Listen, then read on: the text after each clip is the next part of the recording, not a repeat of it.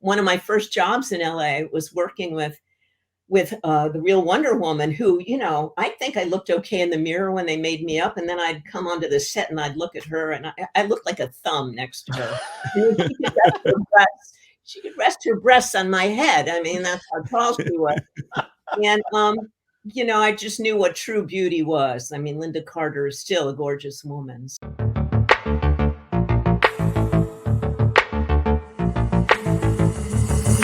Dystopia Tonight.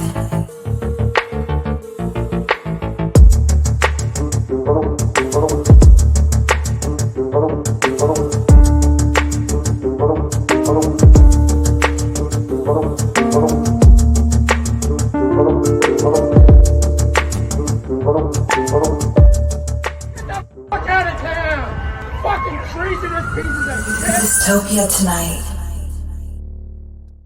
Hey. Ta-da! How are you? I'm great. Look at you. Hi. You have such hormonal hair, John. Deal with the hair devil for sure. Oh my God. I've never heard it described that way before. It's knock on wood. I try not to even think about it too much because I'm afraid it'll, one of my friends, I think about this all the time too, because people are like, have you ever shaved your head? Because I've always had somewhat longish hair. This post-pandemic, or we're still in it or whatever, but this is the longest it's ever been ever. But I've always had kind of semi-long hair. And one of my friends was like, have you ever thought about shaving it? I'm like, first of all, I'd look like Yentl, so no.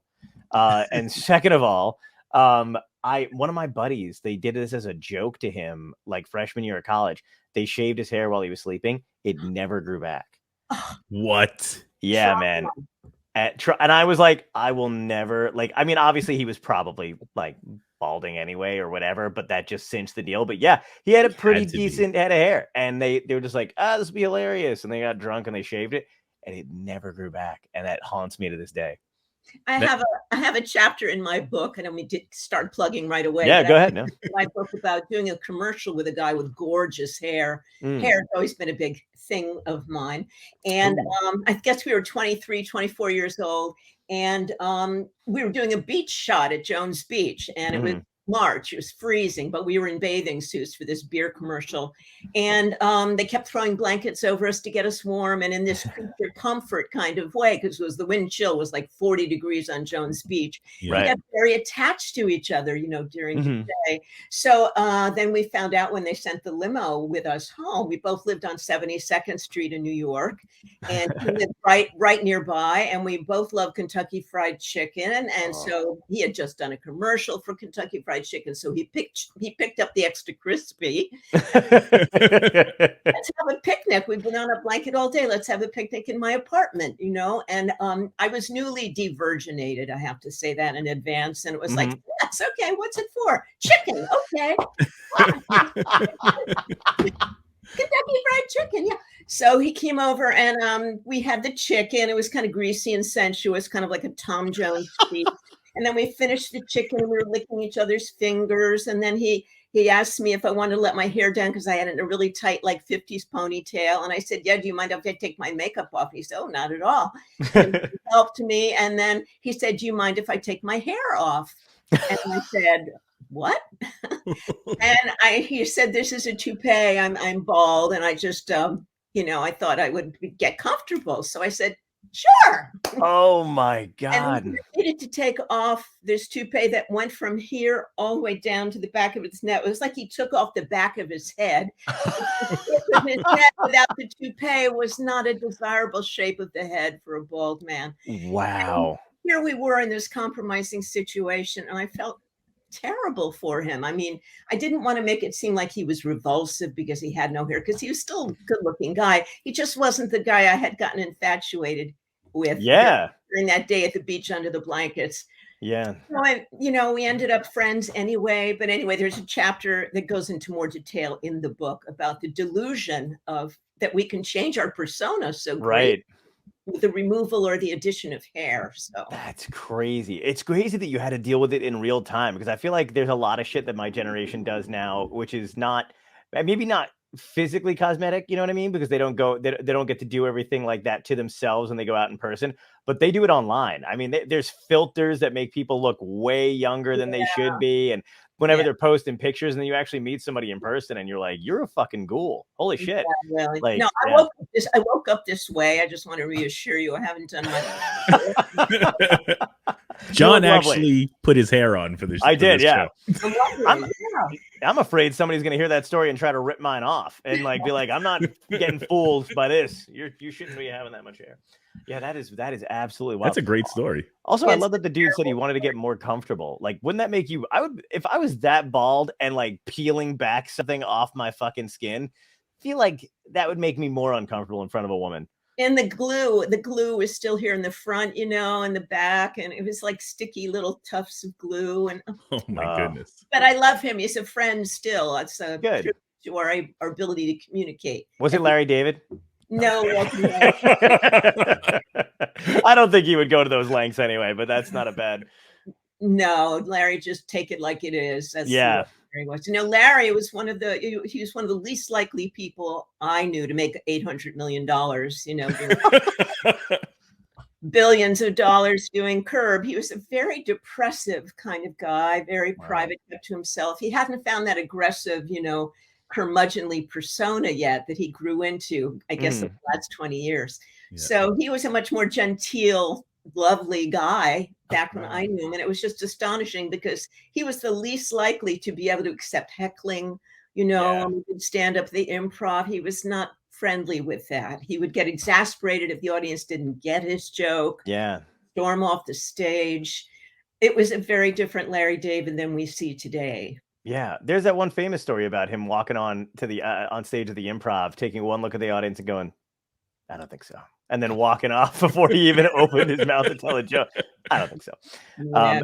Did you know him as a stand-up when you first met him, or? Well, yeah, because I was a lapsed stand-up myself. I was failing and flailing just like he was. Only I could respond. I would respond to hecklers by breaking down and crying and making them feel really terrible. That's I say, great. "Oh, you're happy. Look what you've done to me." So I didn't really have good rejoinders, but I could really cry well on cue, and I made a lot of audiences feel really terrible. So that's fantastic. Proud of that.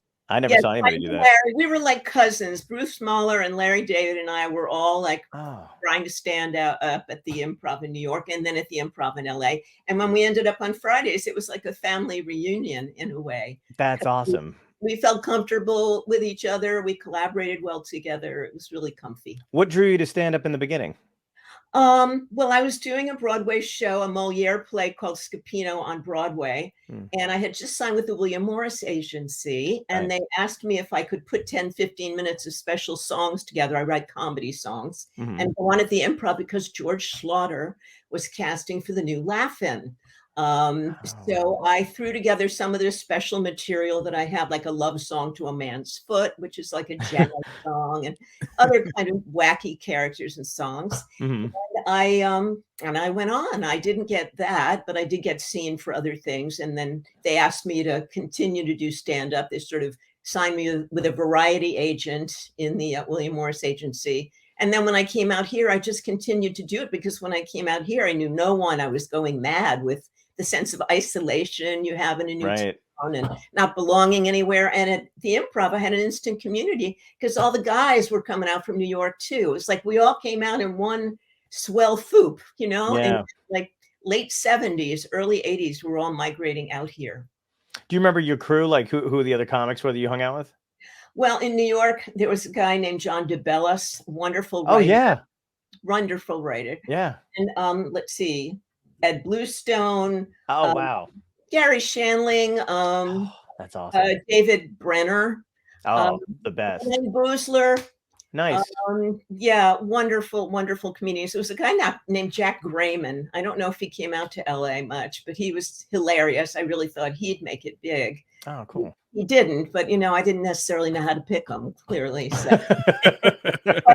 And so when I came out to the LA Improv, there was already a built-in community. We were all desperate, and lonely, and scared, and everybody was too laid back out here, man. It was like it's like when we got to the airport at LAX for the first time, all the New Yorkers like just jumped off the plane, and all the LA people were so laid back. It was like, just leave us the keys, we'll lock up. Right. No rush. They were so Yeah, LA was weird when I first moved out there too, just because there was a lot of the pacing is different, just way different than the East Coast. I think it's changed now because I think that the New York energy has kind of Sure. made Migrated. the scene more aggressive, more competitive, more caffeinated. Caffeinated is a good word for it. Yeah. Did you have ambition to go out on the road, like, and do the kind of road work comedy club stuff, or did you like staying localized in your the improv and stuff? No, John, I didn't really think it through. I didn't realize I'd probably have to go out and be on the road and perform in bars where people were drunk and crazy. I did Right. do one out of town booking at a San Diego club, TJ something in San Diego, and I opened for Leonard Barr, who was about 90 at the time. He was like an Wow. old time Borscht Belt, one-liner kind of guy. And I was the MC that evening singing some of my silly songs. And I looked at Leonard. He was in the dressing room and he was just doddering. I have to say, he was just kind of like a sack of bones in a suit. And I said to his manager, do you think he's going to be able to go on? And they said, don't you worry, just introduce him. So I introduced him, and then it was like, ta-da, one-liner after one-liner. He was right on the money. It was astonishing. So I saw what that desperation to perform can do for you. Yeah. I don't know who the hell we were talking to, but we were talking to somebody. We were saying that as soon as that light hits you, whether you're sick, old, a mute, whatever it is, it just sparks something, and you're on for whatever that period of time is. And then once it shuts off, it's like power down, like the Energizer Bunny. Yeah, it was certainly true. On Fridays, our hours were rigorous. We worked 6 days a week. And I remember 16-hour days at times because a lot of the writers were coked up and they didn't want to go to bed. So they made us all stay up all night with them. They would create, like Jack Burns. He was like a Marine. Yeah. They'd say, oh, we got something just came in out of the UPI machine and we got to write a sketch about Iran right away. And then we'd be up to like 3, 4 in the morning. So those of us who were professionals and had been in theater, we're used to like having 8-hour days and like 9-hour sleep. So it was rough. The adjustment was rough. Do you remember getting it when you found out you got it?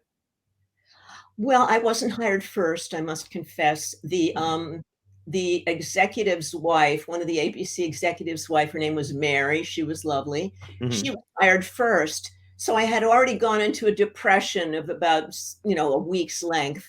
And I had overeaten and I'd smoked a lot of dope. So that when a costume designer called me and said, we need your measurements to costume you. And I said, what are you talking about? And she said, oh, nobody called you yet? And I said, no, you're replacing Mary with you. You've got to show up at the studio like in 3 hours. And so it took a few days for my depression to lift and to really be there. Wow. And they'd already been working together on this material. So I came in really late. So it wasn't a happy celebratory thing. It was a desperation kind of try to catch up kind of a feeling. Gotcha. Did you guys know that you were basically filling a void after Saturday SNL kind of dipped? Like, did you have pressure on you guys? Like about like all eyes were on you? Oh, no. You see, we were hired to be a clone of Saturday Night Live. That was ABC's intention. Okay. As a matter of fact, the writers kind of bought into that terrible, designation that we had, that we were the second Saturday Night Live to appear by creating our first sketch where we were all dressed as the Saturday Night Live primetime players characters. Like we were. Oh my God. I was dressed as Emily Vitella, or I was dressed as, and it was like, well, why are they comparing us? And why are they, so we went right into the cheap imitation parody thing. That's cool though, leaning right into it and just embracing it. We didn't know how else to deal with it. We were so pissed because we're all iconoclasts. We all had really original ideas and original characters that we wanted to do. So being told that we were basically an imitation of them was not a happy thing. And we resisted it. And Jack Burns made us the show that was about sex, drugs, and rock and roll. That was his saying. And we all tried to fit into that and live up to that. It really made LA seem even more degenerate than it was back in the 80s. But that's what we did. A lot of our material was about that. Were you guys like excited about the guest star kind of thing? Like, what was the feeling on set when you would have somebody come in, to do it? Because comics can be naturally jaded. You know what I mean? Like, and kind of like, whatever. But you were all comedians. Yes. Well, I was an actor comedian, and I had Mm. never really been an aficionado of rock and roll or heavy metal or anything. I mean, I knew Bonnie Raitt for sure, Sure. had been a star. I knew wonderful a lot of the wonderful performers that came on the show. But for me, it was like a learning curve. I learned Mhm. about a new rock group every week. So I was really thrilled. It was like Mm. the golden book of rock and roll for a New York theater person. I think we were all changing clothes most of the time. We were all getting ready for our next thing. In those 2-minute or 3-minute breaks while the band was playing, we were furiously getting prosthetics or Mhm. costume changes and wigs. So we didn't get to watch too often. But usually the band that came on the show would be performing at a concert in town, like at the Greek Theater Okay. or at the Hollywood Bowl. So we would all get box seats and free tickets and go to see their concerts when we weren't dressing or putting on wigs and makeup. And we would get VIP passes to go out and hang out with them and go out with them. So that was great. Nice. That's Yeah. smart. That's a Yeah. great way to get everybody to kind of gel. It was wonderful. Yeah. And then we'd never see them again, but it was really, fun for those evenings, those late nights. And you were used to doing kind of writing for yourself and everything like that. When was the pressure increased, like with a timetable to do the writing stuff? Did you learn how to write quicker? Like, what was the thing that you kind of took away from? Well, it was very competitive to get anything on for the women. I have to say that we had all male writers. We had one lady, her name was Elaine Pope, and she was like one of the guys. And getting female point of view material on was next to impossible. A Oh. couple of people wrote stuff for us that was wonderful. We couldn't complain about that, but our characters never got developed like a Kramer or a pharmacist or a Rastafarian. Right. None of our characters recurred. They were just totally undeveloped. So it was a very frustrating situation. I wrote as much as I could for the newscast because that was about the only thing I had any control over. Mhm. And I wrote a few other sketches which they would rehearse but ultimately not put on. Mm. So it was a very frustrating time. I think some of the Lorraine Newman is a friend, and she went through Mhm. some of her stuff where Gilda was hanging out with Alan Zweibel on Saturday Night Live and got a lot of stuff written for herself, worked exclusively with him, but none of us were paramours or anything with any of the writers. So Right. we weren't spending those sorts of late nights at restaurants like in New York with Saturday Night Live. They could go out to restaurants after the show and jam and get stoned and write together. But we didn't have any restaurants in Los Feliz where the ABC studio was located. Ah. Everything closed in LA like at 11 o'clock. Yeah. So we didn't have those kinds of hangout collaborative experiences like they did in New York. Did it have the same feel as like I feel like even now like LA shuts down at night and then you have to go to a house party, like that's what it usually is. It's like it's a weird It's like right. it's different than New York. New York, you go out to like an area and everybody goes to this club or this restaurant or this or that. LA, it's like good night, and then if you don't know the house party to go to, you don't go out. Yeah. Well, the only place that was open late and still is, I can't believe it's still there, is Cantor's, which was a Jewish delicatessen in the So Fairfax good. district. Yep. Yeah. So yeah, we would go out for pastrami and such, but I don't think we did a lot of writing there. It wasn't a conducive area for writing.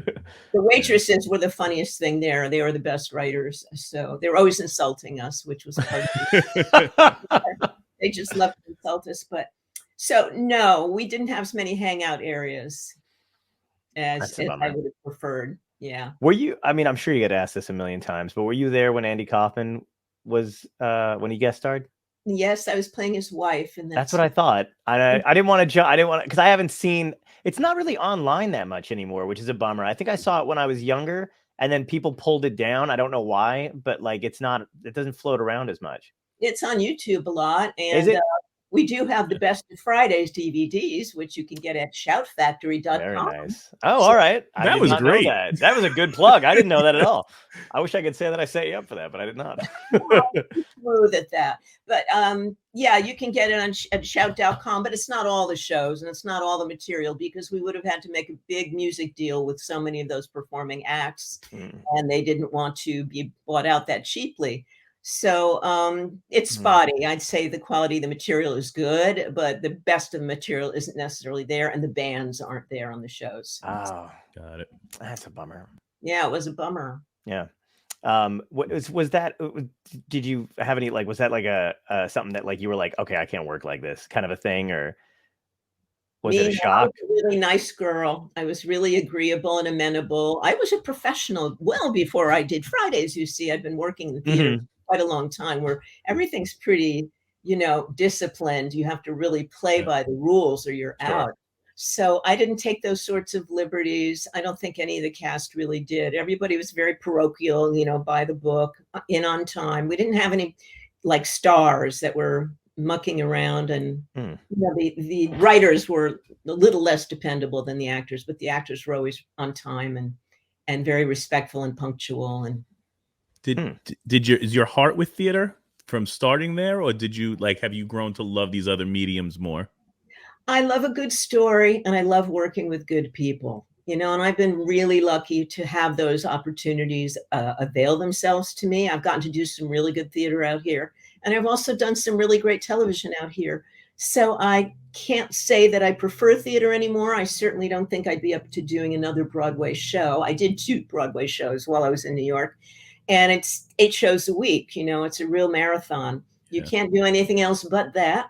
I Mm. admire the people that are still doing it. I'd be happy to do a cameo in some Broadway show, have my song steal the show and get off, but I don't know about carrying a show anymore. That would be a little beyond my energy scope. But wherever there's a good story and smart writers, I'm really happy to be. Right. Where was so after Fridays had kind of gone out, did you have a panic moment, or were you always like in the back of your mind on to the next thing, building another project, moving forward? Well, I was exhausted. We all were.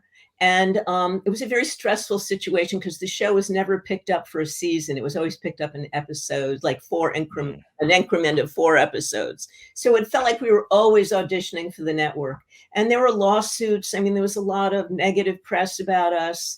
So I can't say that I wasn't a little bit relieved to have it end. And then I wanted to do film. So I held back for a while. I was offered another sitcom. It was called And Baby Makes Five, to play opposite the wonderful Peter Scolari, who's not with us Ooh, anymore. And I was too tired. I just knew it would not be healthful for wow. me and the show for me to do it. I was asked by Dick Ebersol at NBC to do Saturday Night Live immediately after I left. I think he asked Larry David too. Larry said Yeah. yes. Hmm.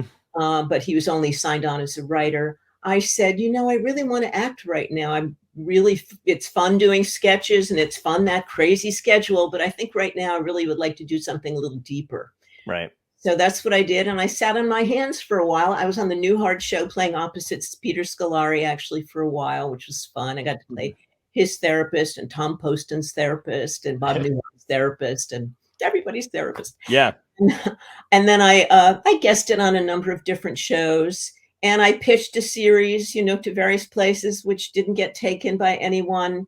I really tried to develop my own stuff. I did some TV movies with Diane Cannon, with Bruce Boxleitner, and folks like that. Hmm. But I didn't do another series until about 10 years later. I did a show called Parker Lewis Can't Lose, which was on the brand new Fox network. Right. And we were opposite 60 Minutes, which was one of my favorite shows. So we only Yeah. lasted about 3 years, but I had a Good wonderful, Lord. I had a That's wonderful part on that show. I got to play a villainess, a really crazy, narcissistic Eva Perón kind of character Nice. who treated this, high school like it was a small South American country, and she was idolized. It was really a Yeah. fun character. What's your ideal character to play? Oh, I surprised me. I've just been cast in things and I never thought of that. And it's just been perfect. So like there was a mini series called Fresno, which was a takeoff on Dallas. Mm-hmm. And I'd had such people as Chuck Grodin and Carol Burnett and Terry Garr and Bill Paxton, Wow. wonderful actors. And I played an attorney for one of the, for Billy Paxton, I believe.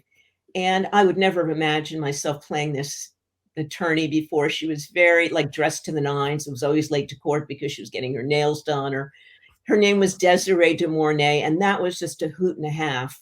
That show was a big hit in London for some reason, but not in America. They put a laugh track on it, which I thought was a terrible mistake. Oh. But it was a show about the raisin industry in Fresno. and how people are murdered by being boxed and dehydrated in little raisinette boxes. Had a really great premise that was created by the guy that created Coach. Oh, nice. I I forgot can't his think name. of his name. I love Coach too. Yeah, I can't think of his name.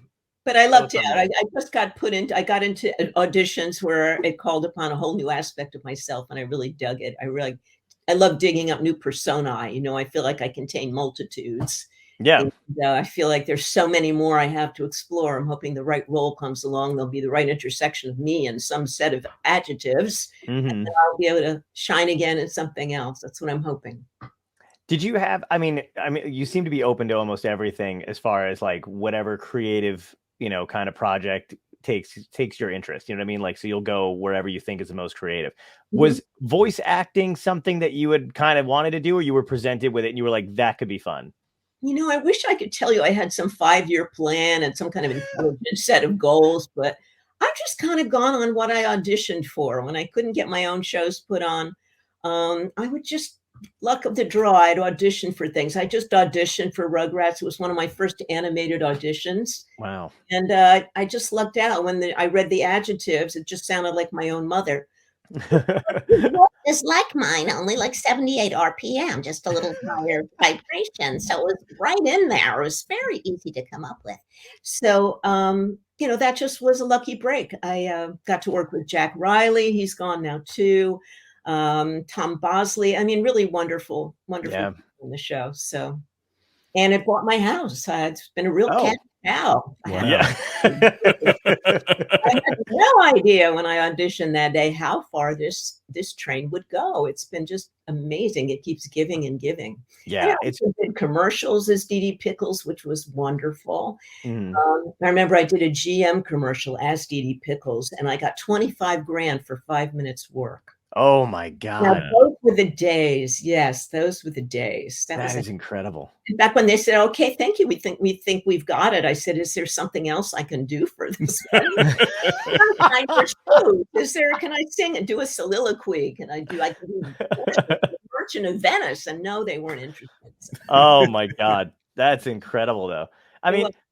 I feel like, because for me, you just doing that voice right now, like immediately brought me back to my youth. Because that's my friends and I grew up on that show. That's like, it's my generation. That's one of our like staples. I can hear the theme. The theme won't stop playing in my head ever since you mentioned it now. But do you ever just like blow people's minds by doing the voice out of the blue? And I have done, and now I'm on Cameo, so I'm getting booked a lot for kids' birthdays and parents' birthdays. I do Minka also, who's the grandmother from the old company, and I played Reptar's wife on Ice. Reptar was the dinosaur character. yeah, I love her. Yeah. Anyway, yes, I'm often being called upon to do those voices. And yes, I have done them. In fact, I think that's why my husband married me. His kids had been fans, and when they heard he was dating me, they said, "You got to keep this one. We want this one in the family." Oh, so Rugrats got you a house and a husband. Yes, it really gave me a lot, and it gave me a lot of spilkas, as we say in Yiddish, meaning a lot of sense of pride and happiness. Being part of something was so iconic, educational, and had so much integrity. I thought the writing was just terrific. Some of my favorite episodes are like the one where the kids are learning how to go to the bathroom, where they're frightened of the toilet. Yeah. I remember when I was a little girl being frightened of some kind of typhoon sucking me down the drain too. And it just seemed those writers were in the mentality of their little babies that they were bringing up at the time. Mm-hmm. And it was a wonderful show. It won Emmys. I was very proud to be a part of it. Did you have a lot of control and input with your character over time? Like, did you have a kind of relationship with the writers? None. Wow. I mean, I know them all now, but they were always in a different room behind a glass booth. We are quite divided in this business. You think we're all standing behind the TV screen hanging out together, but we're actually, in different places in different buildings. And, I met the animators because I went upstairs. They were drawing dirty pictures of Didi Pickles in the restroom. In leather, in like oh my God, kind of tight costumes and garters, and so I went up to confront them, and then we had just a good old time. They would be drawing me, my character Didi, and then they'd be making faces in the mirror, like how I would talk. And over the years, the character began to resemble me more and more because the animators really captured the way my particular face moves. Right. Now they do that with electrodes, they motion capture, where they can really capture your personality with all these little stim points. But back then they were doing it muscularity. They were doing it with eye-hand coordination only. So it was very impressive. That's awesome. The movie, that was a huge thing when the movie actually came out too, because that was like I don't know if it was a risk, I guess, at the time, but to turn a kids TV show into its own feature-length film, but it exploded. I know. And I got to have a child. I don't have a child in real life, but I got to go through cartoon labor and pause and everything, and that was enough for me. Cartoon stretch marks, nothing really. Yeah. As long as it's drawn in and can be erased, who cares? Exactly. Yeah. The other thing is too is I loved watching Mr. Belvedere when I was a kid. You were in a bunch of iconic TV shows. Mr. Belvedere, St. Elsewhere. One that I have to ask you about in particular, because I don't think anybody remembers this show, but it was the Super Mario. Oh God, I remember this show as a kid. Super Mario Super Bros show, but it was like mixed with like live action, a little bit of cartoon too. Yes, I think I played Wonder Woman on that series for a while, and I also played opposite Wonder Woman in real life. I got to be like a Naji Comaneci character on one of my first jobs in LA. Was working with the real Wonder Woman, who, I think I looked okay in the mirror when they made me up, and then I'd come onto the set and I'd look at her, and I looked like a thumb next to her. She could rest her breasts on my head. I mean, that's how tall she was. And I just knew what true beauty was. I mean, Linda Carter is still a gorgeous woman. So, did the animators from Rugrats draw any of that? No. Rick Springfield was my boyfriend, and he rescued me. He and Wonder Woman rescued me. It was a thrilling experience. And Henry Gibson kidnapped me. It was really, really fun, I have to say. And I got paid for it, and they flew me out here first class. I mean, it was those were the days, boys. Those were the days. Yeah. I feel like you're just this instrumental part of people's childhoods from like regardless of the decade, because Rugrats is one thing too, but the fact that you did all that kind of stuff too, like it's got to be crazy to talk to people who are around, again, like around my generation, and be like, I probably raised you. Like you were sitting in front of the TV watching me. So yeah, I mean, a lot of young kids said my mother was a working woman. She was a superwoman. She was never home, and you were my mother. Basically, the nanny put me in front of the TV, and Pickles was my babysitter. Absolutely, so I became kind of inherent in some kids' psyches. So I have friends whose daughters are having babies, and they want me to be part of their babies' lives. Right. Although I'm sure their babies have another show that they're going to be thrilled by and watching now, but they still are shoving Rugrats down their throats. So, of course, yeah, that's never going to go away. Yeah, and then, did you end up on Seinfeld because of the Larry David connection, or was that totally just another part? Just because I'm a good actor. No, yeah, Larry brought me in. He had a role that Larry Charles had just written, and they threw it together very last minute. And I think the earthquake in LA had just occurred. It was 1994. And I was here with the government guy to decide how much money I was going to get, emergency relief. And Larry called, or his producer called and said, "Are you free tomorrow?" And I said, "Well, yeah, what's going on?" And he said, "We have this part." And I read it, and it wasn't one of the funny girlfriends, it wasn't like the loud talker or the piano player, anybody like that. It was more of a straight role. And she's a mother, and it wasn't funny, but I said, "Oh, what the hell? I'd love to be on the show." And I knew Jerry from doing stand-up also back then. And it was like, being with my cousins again. It was really fun to do. Yeah. And it was a Mini Fridays reunion though, too, because Michael Richards, Larry didn't pop into that episode, did he? Like as a weird cameo? Or No, he only did one, and I think they only showed the back of his head. Of his head. And the guy in the cape with Jerry Stiller. Yes. But he didn't make an appearance. And I think his frustration grew and grew, which is why he created Curbs. Yeah. Put him on the air. So but certainly he made out really well. I did the final Seinfeld, and then I was at the wrap party for the entire Seinfeld when it was finally shutting down. Mm-hmm. And the network had just given Larry a new Lexus convertible. And it was like maroon, and he pulled up in it. We were at the Griffith Observatory for this party. And I was just like, he was like a pig in shit, I have to say. He was on top of the world. I said, Larry, I hardly recognized you. You're so happy. And he said, well, not necessarily, but he's had better therapy, I'd say. He could afford far better therapy these last 20 years. And he's on top of the world. I'm really happy for him. That's fucking awesome. When you were starting out doing acting, I like to ask a bunch of our guests this kind of thing. What was your parents feeling about that kind of stuff? Were they worried for you? Were they supportive? How did that relationship go? They didn't think I'd make a living at it, and they really wanted me to have some fallback positions, like English teacher and such. And I was really writing before I was even acting. I wrote a play that was put on in 4th grade called The Queen's New Dress. But I wasn't cast in it. And that's when I decided I'd better be an actor too, because some other little ingenue got the part, the bitch. And I was the narrator. I was the offstage narrator. And it was like, no, this will not do. I need to be an actor as well. So how I started. That's smart in 4th grade going, no. I'm going to write and star in my own shit. In fact, the teacher called and complained to my mother. She wants to replace me. She wants to direct. She wants to write. She wants to light it. She wants to.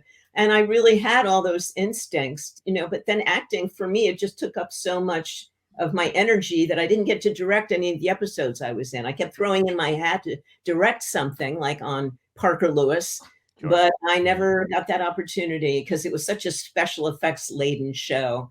I wouldn't have been equipped to do Fridays because there was just no way to be outside of that show. You were in it. And there was we weren't shooting other scenes that you could take a break from. But anyway, I did try on Parker Lewis, but Parker Lewis was like shooting a science fiction film because every shot had smoke and effects. And when I read it, I thought, this is an animated script. They're not going to be able to do this, but they did it. I mean, I played a character who was breathing smoke. Sometimes smoke was coming out of my ears. Sometimes my shoes would catch fire. I mean, it was very effects laden. It's very ahead of its time. Yes, a lot of the shooting style was taken for other films after that. The refrigerator shot where someone goes in the refrigerator and the camera's in the refrigerator. Yeah. Or the turkey cam where a turkey carcass flies through the air and you see everything from the turkey carcass's point of view. It was very clever. That's very cool. Yeah. Do you remember a point in time in your career where you felt like you had not necessarily made it, but where you felt secure enough where you're like, okay, I'm good. Like, I know this is where I belong. Well, not financially for a while. In fact, not until in my 40s when I was doing Parker Lewis and Rugrats at the same time did I begin to feel financially secure. But I remember on Fridays, we all got to be kind of household names within a matter of months. Wow. For good or bad. And I remember flying into New York, again, first class. I think it was called the MGM Grand. It was like the Orient Express train, really tasty leather seats, couches. It was really just beautiful. And I remember looking as we were heading toward Manhattan, we were circling Manhattan, and I thought to myself, I'll bet you a lot of people down there know my name now. It was like a really sort of prideful feeling, like, I don't know if it felt like making it, but it felt like I'm known. My face will be known. And yes, when I landed, I was doing some talk shows, some good morning shows and such. Yes, I was recognized and treated differently, where people were looking at me like I had a TV screen in front of me. There was sort of a glaze over their eyes, when they looked at me. So I could tell, and it was alienating and thrilling, at the same time. Even my own family looked at me askance. I mean, it was different. Oh, did you get like the you changed kind of a thing when you went back to visit? Yes, they'd say that you're too busy for me now. And I'd say, I still love you, but I am busy. I am busy. And I don't have the kind of idle time I used to have. Right. So I think that's inevitable. People do go through their own, your success makes other people feel really badly about themselves. Oh, yeah. It's a horrible feeling to have, you know? Yeah. It's a weird balance to try to create where you're like, you know what's crazy about it too, and I know you've probably been through this way more than I have too, but when you're talking to people and you don't quite know whether you should be talking about your career as much, because it's what you do at 24/7. So it's hard to kind of like talk about that kind of stuff without sounding like, I don't know, boastful. You know what I mean? Like it's weird. So you're like, oh, I don't know if I'm talking too much about myself or what I'm doing, but that's all you are doing.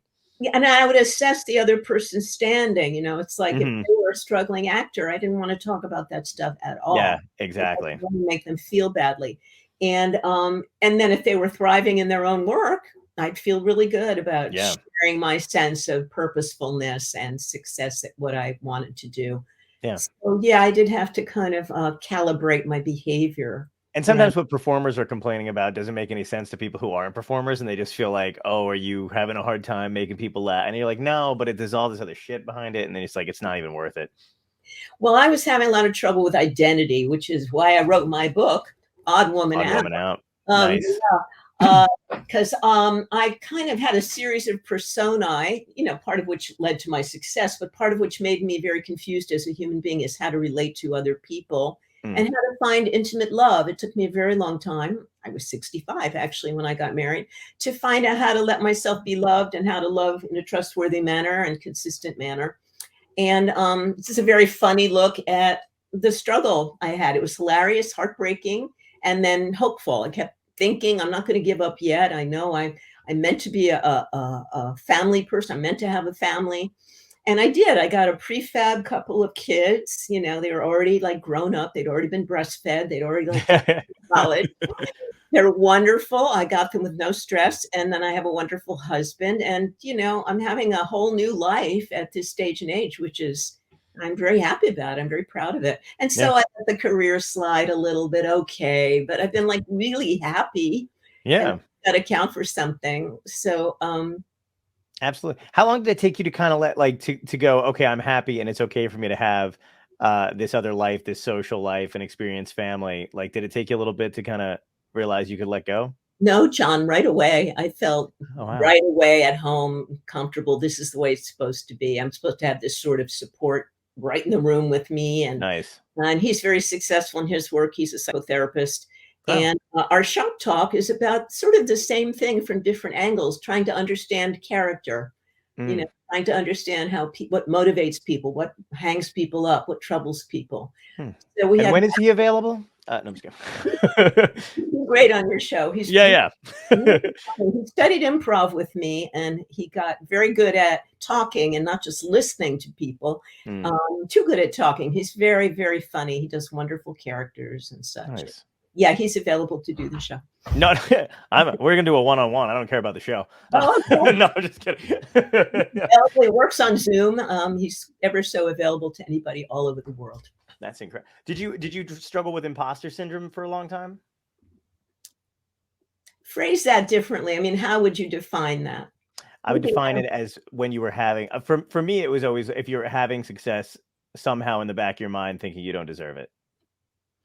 Well, I remember I wrote a one-woman show, one-woman musical, and it was a full house, and I was about to go on for the first time, and I sort of got this horrifying feeling of, who do I think I am to hold people captive for an hour and a half with all the stuff that comes out of my mind? Who do I think I am? So I think at that moment in time, I felt like shame and horror that I was about to hold this bunch of people captive, talking about myself. But then an agent saw it and she said, this is a book, write it as a book. Nice. So I feel a lot less guilty with this. Out, holding people's attention for a while, and it is all about myself. In fact, I got one bad review on Amazon, 1 star. I think it's from a family member. Wow. This person only talks about themselves. And the people in her stories would probably have different stories. Well, yeah. Of course. That's the whole, That was going to ask, because was it, I mean, you did the one-woman show and then you put it into a book. Obviously, you go in more detail and more in depth in the book. Was it hard for you to kind of relive some of the things? Because you get very, very personal in your book. And I wonder what that process was like. Well, I felt like if I didn't tell the truth and didn't go into explicit detail, what would the point of the book be? I Right. felt like I wanted to come Yeah. clean about my Me Too moments, which I didn't act on back in the Mm. day. We too, my women of my generation, didn't want to slow things down. We didn't want to muck up our careers. We kept our mouths shut. We didn't even think in terms of suing Right. or complaining. We just thought we'd be seen as sniveling little dependent bitches, and we just never did. Wow. So I thought, like, this is an era, I'm sure you've noticed, where women are really telling the truth. Yeah. And they are so detailed in their descriptions of what's happened to them that it would have been a cop-out for me not to be as explicit about my own life and my own thinking. Right. My thinking was pretty screwed up for a very Right. long time. I was very survival-oriented, to make it at any cost. And I let a lot of things go by the wayside. Many of us did, because we didn't have the confidence to speak for ourselves, at crucial moments. So yeah, I do go deep, and thank you for reading, John. It was great. I loved it. And I'm curious if you have any kind of, I would say maybe advice. People always get weird about giving out advice, but I can't think of anything better better way to put it. If somebody else is writing about their own, because a lot of people are doing that now, you know what I mean? People have blogs, or they're trying to get out their story. If there's any advice you maybe have about kind of sitting in a room alone with your own thoughts and going through maybe trauma or something like that, do you have any? Well, I mean, you can always write a book that it's, I did this, I slept with this, I did that. But there has to be, to me, some theme beneath it, some theme of self-realization or consciousness to hold my interest. Sure. The ability to cope with adverse circumstances. I mean, this is what I learned from. So that's what I would encourage memoir writers. And since pandemic, I think there have been more memoirs on the market than at any time in history. Yeah. Everybody just sat down and wrote one. Everybody just downloaded their trauma, onto the page. And some are more entertaining than others. I love Colin Just's book. I don't know if you read. Oh yeah, his book is great. Yeah. Yeah, I loved it. And he's so self-deprecating without really putting himself down. He just talks about how loathed he was because he was like a good-looking, waspy guy. And, he's just got the crap beat out of him all the time. And it's kind of adorable. Right. If he didn't tell us all that, it wouldn't have been that entertaining a book. He would have just described the sketches he was in on Saturday Night Live and the wonderful things that happened. But sure. Yeah. It's always better when people go, like, there's a couple books from, comedians or entertainers that I love from like the old days. Like Rickles' book is a really great book. Have you ever read that one? No, I'll get it from my mom. My mom's turning 98 next week, so I'm looking for a present. Hey, happy birthday to your mom. That's fantastic. In the New Haven area still. That's yeah. Yeah. Rickles' book is a great book. And it's kind of funny because Rickles' book, Bob Newhart's book, and also I think Steve Martin's book about stand-up kind of came out within the few years of each other. And it's weird. I don't even know. It definitely wasn't intentional, but they all kind of have stories about meeting each other at certain points in their careers. So it kind of intersected. But the cool thing is Steve's obviously goes in same way, almost like yours does, very in depth, very detailed, very personal. And, I guess Rickles wasn't that type of comic anyway, or that type of person. So you don't find out too much about him that isn't surface, you know what I mean? That isn't career wise or career oriented. But is that just something that people you think have to get over? Is that just a product of the era they're in? Or, because a lot of people don't go too personal or too in depth, where I feel like now everybody is like that. Well, Don Rickles, I mean, his style of comedy was never very, revealing about himself. I mean, he was wonderful. He was a master of the put down. But I would imagine his book would not be one that I would enjoy reading. Right. I'm reading Martin Short's right now. Oh, that's so good. I must say. And of course, he suffered a great deal in his life, and he managed to be entertaining and then full of pathos too. You can't help caring about him. Demi Moore's book actually was very interesting to me. She and I did something similar, although I'm a bit funnier than she. Called Inside Out. Okay. And she reveals a lot about how lost and confused she was, and with her very fraught relationship with her mother. She kind of became a star before she was a person. Like me, I didn't really know who I was. I just knew that certain tricks of mine really worked well, certain postures, certain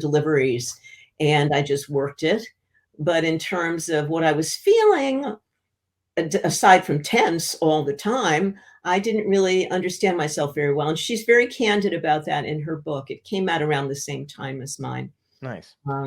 With So your mom, I mean, turning 98 and everything, but did she read your book? Do you have a conversation about because I'm sure there's stuff that you didn't tell her when you were coming up in the business, and it's a rough business. Was there a conversation afterward, like why didn't we talk, or you know what I mean, or well, my mother and I used to go to therapy together.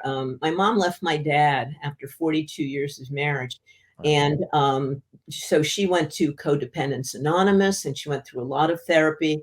So she was much more self-aware in the last 30 years than she had been. I'm really proud of her because she came to a place of calm in herself and self-acceptance and self-love.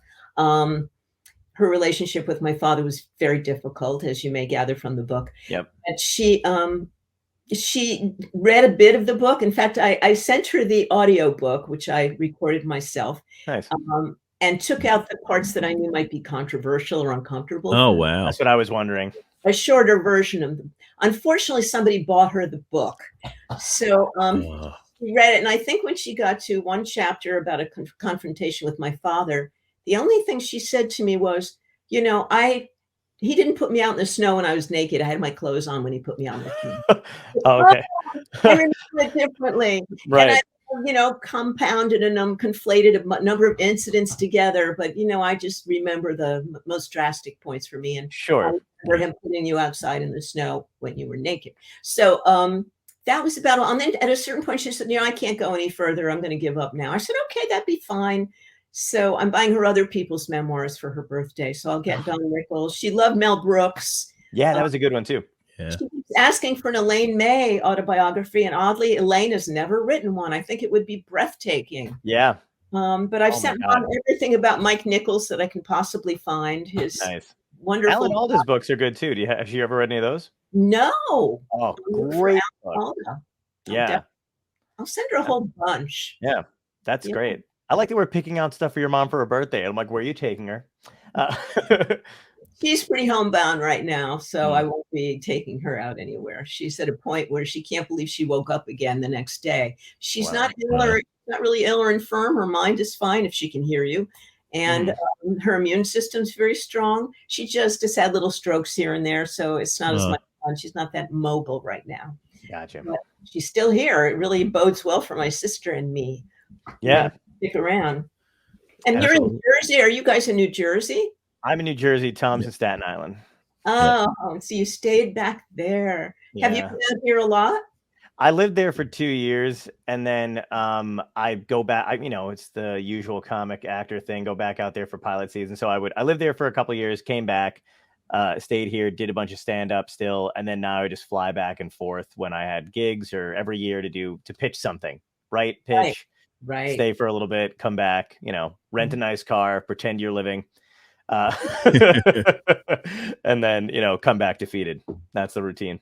Oh, yeah. But no, it's not bad. I mean, I like it out there a lot. The thing is that there wasn't a lot of stand up. Like I was used to being out on the road all the time because I've been doing stand up for 10 years by the time I moved out there. So I was used to traveling all over the place and being in a car or in an airplane or whatever. And then you got out there. And I did the Ice House and the Comedy Store and Flappers and all those places. But then there was no road work, really. You know what I mean? Like I went to Phoenix, once, and then that was fine. Thought I was going to break down in the middle of the desert, but that's fine. And then, but there wasn't a lot of road work. So I found myself like booking a bunch of gigs and flying back east to make a bunch of money to come back to live. And then I was just like, oh, I'll go back and do stand up. But it was nice. I liked it for a couple of years. It was all right.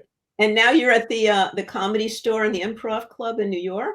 No, there's no Comedy Store in New York, unfortunately. There's the comedy, but I did all the New York stuff when I started in New York. I started doing stand up in New York, so I got passed at a bunch of those places. And now I just do the road like I normally do in between, variants at this point. So as long as and literally, I swear to God, every time I book shows, a new variant pops up, and I have to blame John. John. Yeah, that's what it's been. That's the way it's been going. But well, we're kind of used do it now. We got lots of masks. I think every time I go to a doctor's office, they give me another mask. I could sell them. I'm going to thousands of masks. I'm using them as rags now. I'm cleaning the counters because I can't imagine. And I like the 95s. They give out the little flimsy ones, and they're not very attractive. And this part of your nose shows, and it's just not attractive look. No, I know. Yeah. Yeah, the 95s are great. The 95s are the ones everybody should be wearing and going out. And did you have like an influx of creativity during the pandemic where you felt like, because I feel like a lot of people had this thing where they were like adjusting to not doing anything, and then if you're some kind of an artist, like it was just a pickup, and you're like, I got to start writing, I got to start doing something. My brain's going nuts. Absolutely. I think that you go quite mad when you're a performer and you're not performing. Yep. And luckily I had a lot of Zoom. I did some Zoom plays. Nice. Not the same, of course, but it's right. And fortunately for me, I was doing a lot of book talks on Zoom. Oh, that's great. Libraries all over the country, including my hometown library in New Haven. Oh. And so I did have a lot of activity, and I found I had more opportunities to meet wonderful people on podcasts like yours, have intelligent conversations. So I think the book was a bit of a calling card for me to enter new echelons of intelligence. Right. And I'm still writing a great deal. I get published a lot. I make bubkas, but still. Yeah, you're on you're on Huffington Post. I've read your essays and stuff. And Medium a lot right now. Medium's great. Then Funny Times and McSweeney's. I think you'd really love McSweeney's. There's just a whole variety of groups. They don't pay very much, but they do publish you, and at least you feel you're being read, which is yeah. So I will continue to do this between acting jobs and hopefully get something. I have a novel now that I've written. Well, I'll call it a novella because it's short. Okay. And it's dystopian, as a matter of fact. Very cool. Tonight's show, I would just reveal that I have a comedy dystopian piece coming out, and I'm just going to record it as an audiobook and donate the proceeds to the Ukraine refugee situation, because I think I'll probably make as much money by taking a deduction and donating it than I would selling a book made out of paper. A book made out of paper is very costly. Yeah. If I just do it in my home studio and get effects and put on it, then I don't have to have any font. You know, I don't have any page discussions. I'll just have a cover, and I have a title, and I'm just going to try doing audio books for a while. That's great. That's a great idea. We'll see. How good are you at going, like, you know, like you got the book done? Are you good at going, okay, this project is done and I'm going to give my brain and creative process a break? Or are you like already on to the next thing? I'm popping. I mean, I wake up at like 4 or 5 in the morning with ideas, just God. They're like, it's like, you know, planes ready to land at the airport, circling. And then I get my phone as soon as I'm conscious. I text some of the ideas in there so I won't lose them. And then I have a lot of scraps of ideas, I'll have to say right now, in endless little texts on my telephone. Yep, I do the same shit. Yeah. It's funny when I'll have to send you a text message, because when you're waking up in the morning, I'm usually just going to bed. Oh, really? Yeah. Yeah. 7 in the morning? Wow. 4. I was thinking like 4 or 5 o'clock in the morning, I'll go to bed. Wow. Yeah. So you do all your writing at night? Yep. Because everybody's asleep, and then I can kind of just, you know, not get text messages and all that other shit and get stuff done. Is it lonely? Yes. Yes. It is. You're absolutely right. It is, because like I'll get like this great idea, or I'll want to run something by somebody, and I'm like, no one's awake. I have no one to call. Yeah. John texts me at 4:30 in the morning, and then I'm like, yeah, perfect. Great idea. Go back to bed. Well, China, you should get a collaborator in China. That's a good idea. I bet you they have somebody on Fiverr. Like, can you be my friend? In the opposite zones of your time zone, and then you'd be collaborating all the time. That would be wonderful. That's a good idea. I have a couple friends in Australia, which is interesting, because they'll be awake sometimes, and they're like, but they'll be like, "What are you still doing awake?" I'm like, I don't know. I got a bunch of shit going on. You know, but if you email them, you know they're eventually going to wake up and get it, and so it's completely isolating, right? Right. Yeah, no, it's fine. I mean, you know, I think that's the other cool thing about the pandemic too. It kind of reinforced, like, you know, not really like a lonely thing, but whatever. But like you were able to like grow like a bit of a salve over like, you know, any kind of emotional need. You're like, okay, I'm not seeing people because it's for the benefit of society. So, you know, it kind of helped you reconcile with that a little bit. And now There I'm just were pod groups, so that started, you know, these podcasts and groups where people convene, you know, and just talk about something in the news every week and get stuff off their chest. Yeah. And here in LA, I've turned a lot of single people onto it. And you call in, and there are these, she shows a film, you know, sometimes a TED Talk or some other short thing, and then puts us all into breakout rooms for intimate conversations or revealing conversations about how that touched our lives, how that particular situation of honor or deceit affected us. So that's been helpful. That's a great idea. I've not been a part of it. Well, we've been running like we've been doing this, but we used to have I think when it first started, like we started doing it on Thanksgiving. A bunch of comedians would just meet and go on Twitch and play games or shoot the shit or vent or talk about what was in the news. That was really helpful in the very beginning. Yeah. Very good. Yeah. That was nice. Are you writing a long form thing, John? Or are you writing just material right now for stand-up? Still writing material for stand-up and actually taking what we've done here, and I'm because this Dystopia Tonight started out for me as a series that I was doing. I was going to write because I was about to go back out to LA. I'd come up with Dystopia Tonight, and I was like, oh, it'd be really funny if, like, you know, there was a genuine disaster on Earth, and, you know, maybe climate change finally hit, whatever it is, and there's still a network being run, right? And they have no more talk show hosts or no more guys to do it, and they just come across some poor schlub, me, and they're like, he'll do it for not, you know, and the world is ending, but he'll fucking still run a show. But I still think it's like my big break or my big chance, so I take the gig. And I had written a bunch of episodes where, you know, it's all disaster related. So, you know, instead of a city in the background, it's literally just a broken window and everything's on fire. And in one episode I wrote, the water level keeps rising. So every time we come back from commercial, it's a little higher in the studio, and we keep losing like cameramen and, you know, eventually. So it was just goofy shit like that. And then pandemic hit. I didn't get to pitch it. So turned it into just the name and this kind of thing. And now I'm like working on building it and rewriting it and hopefully getting ready to pitch it.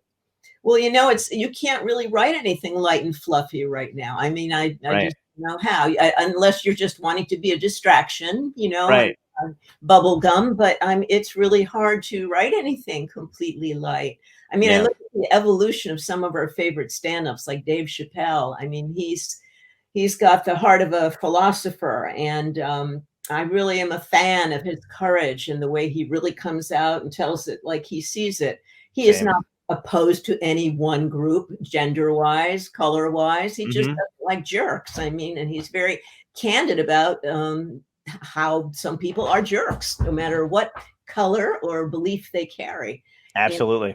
And I think Patton Oswalt was one of my favorite first stand-ups too, because of his losses. Yes. Transition to doing like a one-man show. Yeah. It's more than, and there are very funny moments in it. Yeah. Then the Hannah Gatsby thing, I can't say that I loved her show, but it certainly was a breakthrough. A lot of artists. You know what's crazy about it? I feel the same way. Is I think it got good press at the time by having groups of individuals who had no real artistic background arguing over whether or not it was stand-up. And Netflix put it in the stand-up category, which pissed everybody off. But I don't understand why we couldn't appreciate it for what it was. It was a one-woman show. She was, you know, very expressive in it. She told a different kind of a story thing, and she had funny moments in between. I've seen people give TED Talks that are really funny. I wouldn't call it stand-up. So I don't understand why it had to be an insult to not have it be. I think it was people who don't identify with stand-ups and with comedy because they're, you know, I mean, not everybody has a great sense of humor. You know what I mean? Everybody thinks they do, but they don't. But like, I think people who don't identify with regular stand-ups really wanted this to be their stand-up. But I feel like that's like if I'm allergic to dogs, and if I just got a fake dog, I was like, this is the new dog now.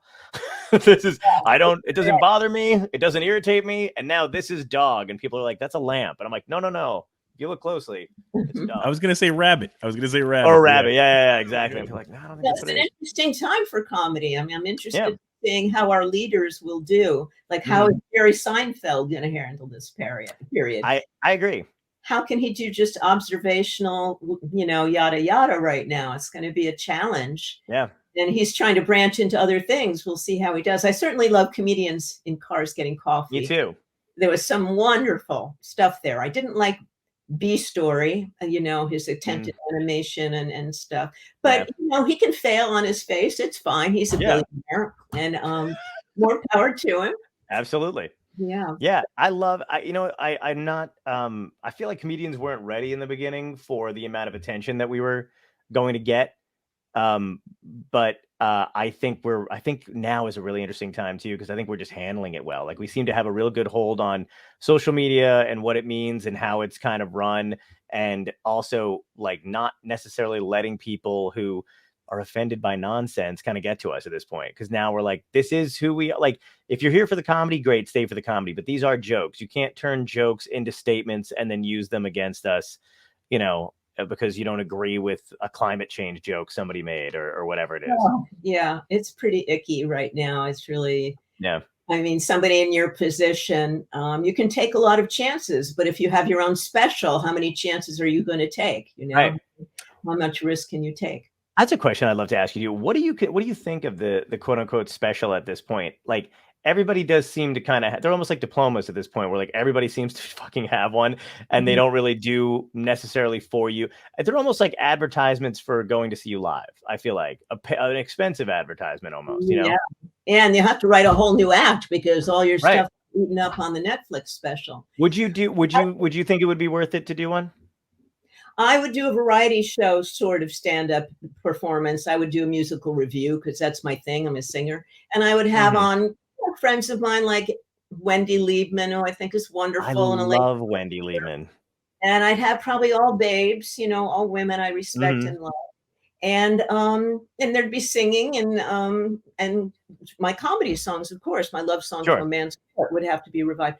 But I would love to do a variety show special. Carol Burnett's not right now, and I is anyone doing one except Colbert? And he doesn't sing as much as he should. He's a good performer. He is really good. Did you see that Christmas special he did a couple years ago? I'm not sure. What was it? He was. I don't know. I think he was still doing. I think it was still during the Colbert Report. But he did like a jokey kind of old school Christmas special. But it was really sweet. It was really funny and a lot of singing, and it was cool. It was interesting. There was a what's his name who wrote Blink? Malcolm Gladwell did a talk about comedy and satire right now. And he was saying that they've realized that the Colbert Report, which we all adored and saw as a liberal, a parody of Republican values, was seen by the Republicans as one of their guys. They felt that he was satirizing liberals to their taste. And so it didn't really move the needle on convincing non-liberals and conservatives to come our way. It kind of reaffirmed the positions that we were all in. I thought that was pretty interesting because I would watch the Colbert Report and I think, oh, he's just parodying this. He's a wonderful kind of pompous jerk, wonderful character. But Gladwell said it didn't really work. It didn't move the needle. People were interviewed from both camps afterward and they all it was their show. So it's a real weird, it's very, perception on the internet is so skewed. It's very like alarming what people actually want to believe. It's kind of like you can choose your own camp at this point, the same way you can choose your own facts and your own news stories and news groups. Yeah. It's like people get to choose their own, what they want to interpret comedy as, or what they want to interpret somebody's satire as, in spite of the fact that literally Colbert could go on air and go, no, this is what we're satirizing. They're like, I don't think so. Work for us. Yeah. But that's why he did that's why he got hired to do the George Bush White House Correspondents' Dinner, because somebody thought they were on their side of the aisle. Right. Brilliant. Oh, he was right. Like a wolf in sheep's clothing. And they didn't laugh that much. No, but it was so good. That so was like brave. That's absolutely. what I want. Courage. I want more. I guess my book, I was kind of brave for my, values. I was very brave in it. And I want to continue to do that level of candor, in my work now. I hope you do a variety show. That'd be really, really fucking cool to see. It would be really fun if I could get the right writers, to help me develop my ideas. That would be different. I don't think there's anything quite like it right now. Yeah, I agree. That'd be awesome. I've got to ask you the big three questions. Do we have any questions, Tom? Nothing. Not just a lot of A lot of happy great comments. show. Yeah, exactly. Great. Okay, I didn't want to like jump on anybody's. Yeah, Tom. We don't want to suppress Tom, for God's sake. You know, he's been smiling and nodding, and he seems completely sincere. That's what I do. I enjoy the conversations, and I try to slide in a comment here and there. That's it. Nice and It's easy. wonderful having you. I couldn't have done it without you. Thank you. Thank you. Thank you. All right, so big 3 questions we ask every guest. First question is, if you can go back in time and talk to your younger self, what piece of advice would you give yourself that would help you today? You're better than you think you are. You're a better person, not like your daddy said. You're actually a good girl, and you don't have to work so hard to be a good person, because you are a good person. Nice, very nice. And that was sad. Sorry. No. It's okay. It's genuine. Yeah, absolutely. Okay. Second question is, what had to end in your life, good or bad, that led you to where you are today?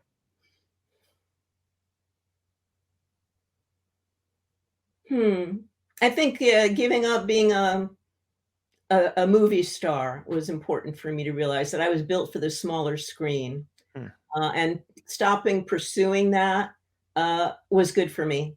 I could be, straight with my agents and stuff. Nice. Yeah, I'm a small screen in person. Well, the bigger screens now, but still. Was that upsetting to you though when you realized that, or was it like, all right, just kind of face the music? No, I look at friends of mine. I have friends like Betty Buckley is one of my dear friends, and she is so brave. I mean, balls to the walls, or ovaries to the walls. She goes for everything. I have another friend, Lynn Shay, who does a lot of horror.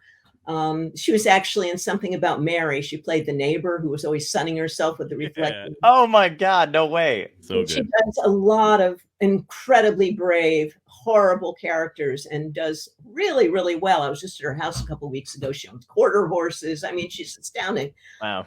And so I looked at them and I said, oh, this is a different kind of courage than I have, and a different kind of energy and stamina than I have. And I was able to let it go more easily because of their success at it. Wow. That's a great way to look at it. Yeah. So this is their thing. They don't do what I do, and I can't do what they do. So that's so healthy. Wow. That's a really healthy way to look at it. Holy shit. Yeah. I know people that would be way more envious. The last question I love because it ties into the show. And it is, if this was a genuine dystopia, and this is the last day on Earth, whatever the alien zombies, whatever you want it to be, comet heading toward the Earth, how would you want to spend your last day? What would be your epic death? I'd say be with my husband like I'm doing now, and laughing and having fun, and eating a big steak. Sorry, I know we're all supposed to be we're all supposed to be eating Petri meat and nothing that looks like meat anymore, but a good thick steak. Nice. What would you have for a side? Well, I make delicious yam pudding. So I would make a yam pudding with cinnamon and orange and some. Oh my God. Yeah, and a little bit of maple syrup. And see, I have lupus, so I have a very limited diet. I mean, I haven't had caffeine since I was in my 20s. I don't eat sugar or any of that stuff. So I can still, even in my fantasy here, you're giving me this opportunity to imagine my last day on Earth. I still can't seem to put ice cream in there. It's really sad. Oh man, that is, yeah. But I would eat marzipan. I definitely would eat marzipan. Nice. And pizza. I'm going to your house when this actually happens, by the way. Yeah, come on over. I'll be spending more money. Yeah. Oh man, that sounds amazing. Thank you so much for coming on with us. I really appreciate it. This has been a blast for me. I appreciate being invited. I'm sorry about the snag at the beginning. I just couldn't get on Chrome. Oh no, you're totally fine. Good. Yeah. Thank you. That was great. Such a good time. Thanks so much. For joining us. Bye. Bye.